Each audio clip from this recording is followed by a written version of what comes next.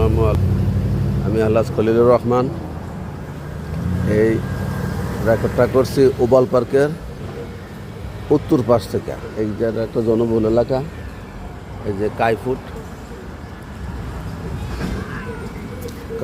এটা একটা ব্যস্ততম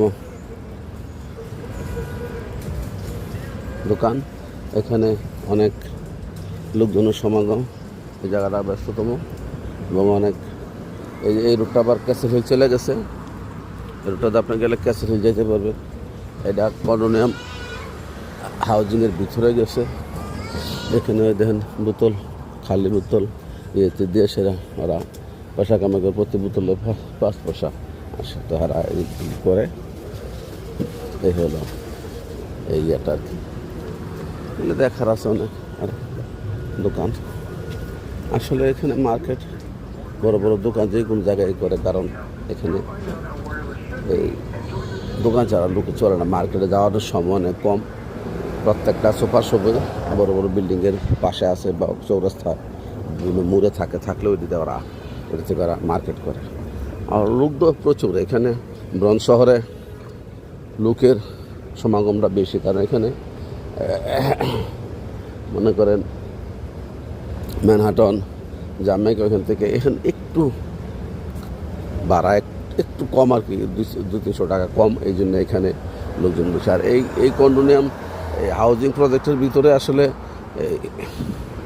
বাসা ভাড়া কম না, কিন্তু এখানে থাকার সুবিধাটা বেশি।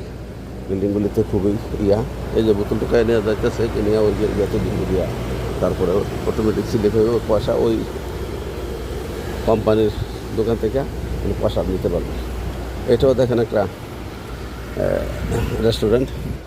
এইগুলি চলে বেশি এখানে মানুষ কাজের ফাঁকে এই হোটেল থেকে আপনার খাওয়া দাওয়াটা বেশি করে, কারণ তারা বাইরে খানায় পছন্দ করে, হালকা খাক, বাইরে খানাটা এরা পছন্দ করে। বাইরে খানাটা এরা এই কিনে নিয়ে খায় না, সময় কম লাগে, এই জন্য এরা এটা করে। আর এই বিল্ডিংগুলিতে বেশিরভাগই বাংলাদেশিদের সমাগম।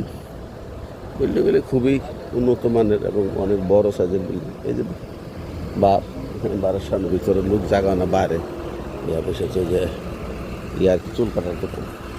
এখানে চুল কাটার দোকানও হেভি ব্যবসার মধ্যে চুল কাটার দোকান আর গোসারির দোকানে এখানে।